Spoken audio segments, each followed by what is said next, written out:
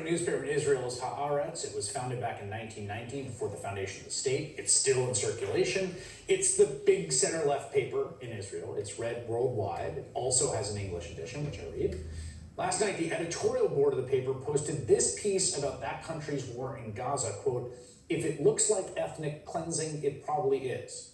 Writing, "It's no wonder that grave suspicions have arisen that Israel is effectively perpetrating ethnic cleansing in northern Gaza, and that this operation," meaning the current operations there, "is intended to permanently empty this area of Palestinians."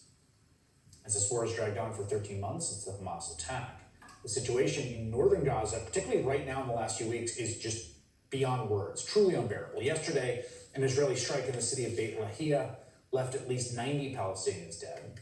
It was an attack that the U.S. State Department called horrifying.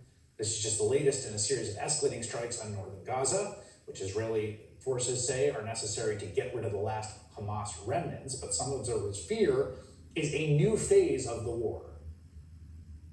The conditions on the ground leading some to believe Israel is already implementing a radical strategy known as the General's Plan, forcing the evacuation of every resident in the north, anyone left considered a combatant, a military target, deprived of food, water, and medicine, starve or surrender.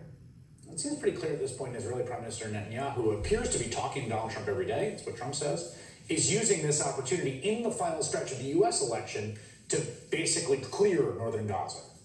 No foreign journalists are allowed in Gaza to report on what is happening. The Palestinian journalists who are reporting there are in incredible danger.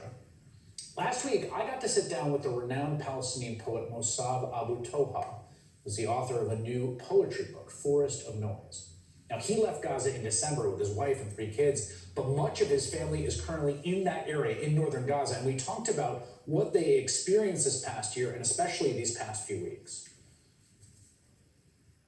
How are you processing the level of loss that you and everyone there has been through?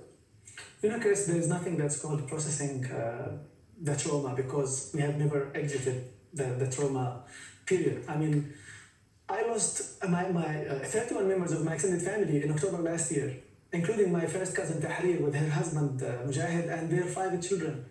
And then a few days later, I lost another first cousin of mine, Noor Shantaf, with her husband and their 3 children.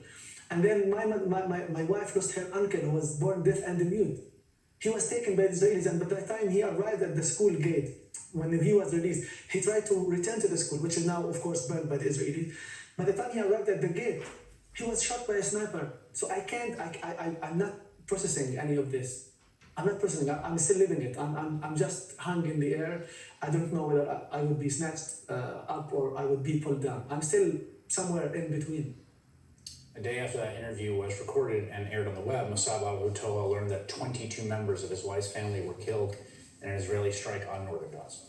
And those strikes continue to this day with no end in sight.